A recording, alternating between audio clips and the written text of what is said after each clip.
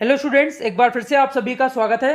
आज इस वीडियो में हम अर्धवार्षिक परीक्षा के लिए कक्षा 10वीं संस्कृत विषय के क्वेश्चंस देखेंगे और साथ में आपको इन सभी क्वेश्चंस का जो सॉल्यूशन रहेगा वो भी इसी वीडियो के माध्यम से प्रोवाइड कराया जाएगा। तो आपको कोशिश करना है वीडियो को देखते देखते ही सारे क्वेश्चन के आंसर याद कर लेना है, क्योंकि आपका जो पेपर है वो 3 तारीख में है, आपको ज़्यादा समय नहीं है। तो यहाँ पर मैं फटाफट से आपको एक एक करके क्वेश्चन उनके आंसर बता देता हूँ। आप चाहे तो नोट कर सकते हैं या फिर अगर स्क्रीनशॉट लेना चाहते हैं तो यहाँ से स्क्रीनशॉट भी ले सकते हैं। पहला क्वेश्चन है जिसमें पूछा जा रहा है उचितम विकल्पम चित्वा लिखत। तो यहाँ पर पहले क्वेश्चन में पूछा गया है तत् प्लस लीन इत्यस्य संधि अस्ति।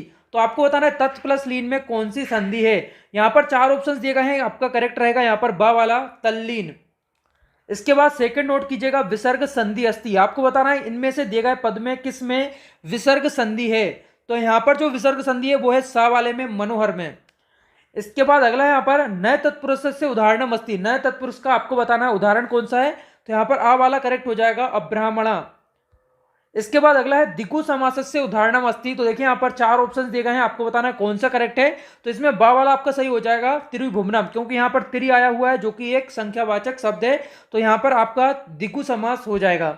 इसके बाद अगला है दुष्कर्म इत्यस्मन् पदे उपसर्गा अस्ति। आपको बताना इसमें जो यहाँ पर वर्ड लिखा हुआ है दुष्कर्म, इसमें संधि जो इसमें उपसर्ग है वो कौन सा है। तो यहाँ पर इसका सही आंसर रहेगा आपका दा वाला दुष्।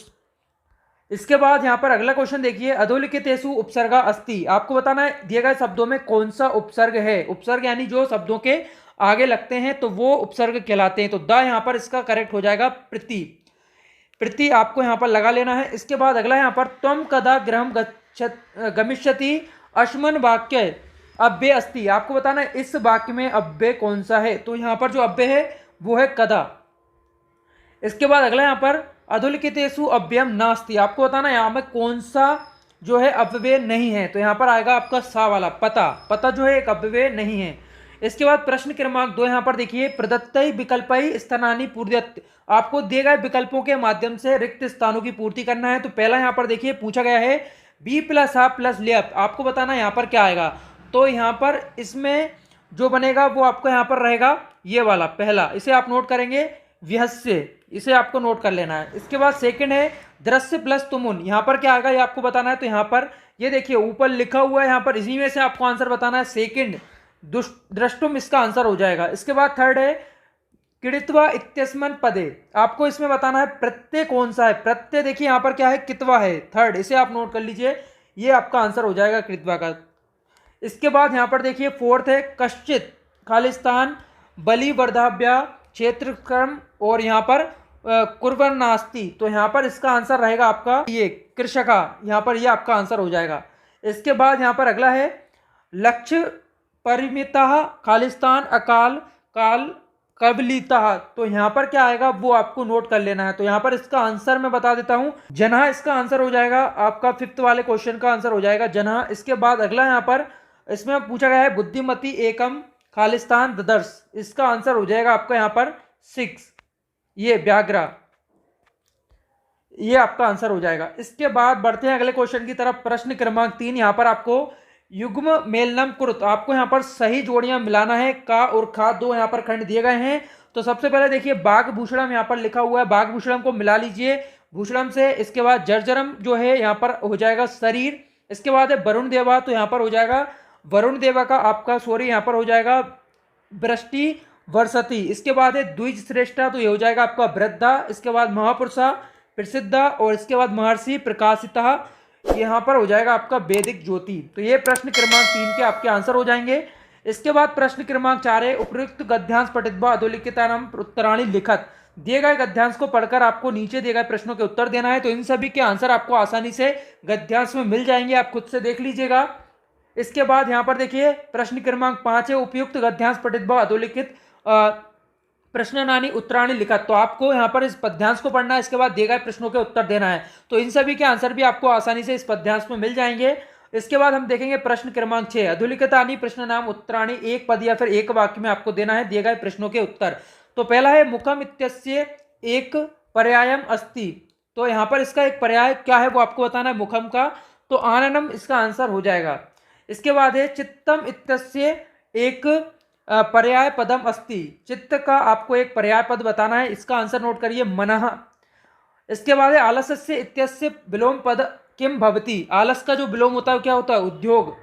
इसके बाद अगला है मूर्खा इत्यस्य विलोम पद, मूर्खा का विलोम क्या होता है, नोट कर लीजिए, पंडित।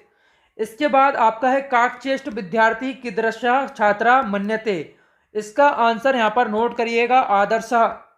इसके बाद प्रश्न अगला है यहाँ पर सर्वदा सर्व कार्येषु का बलवती, आंसर आ जाएगा इसका बुद्धि। इसको इतना नोट करना है आपको, बुद्धि इसका आंसर हो जाएगा।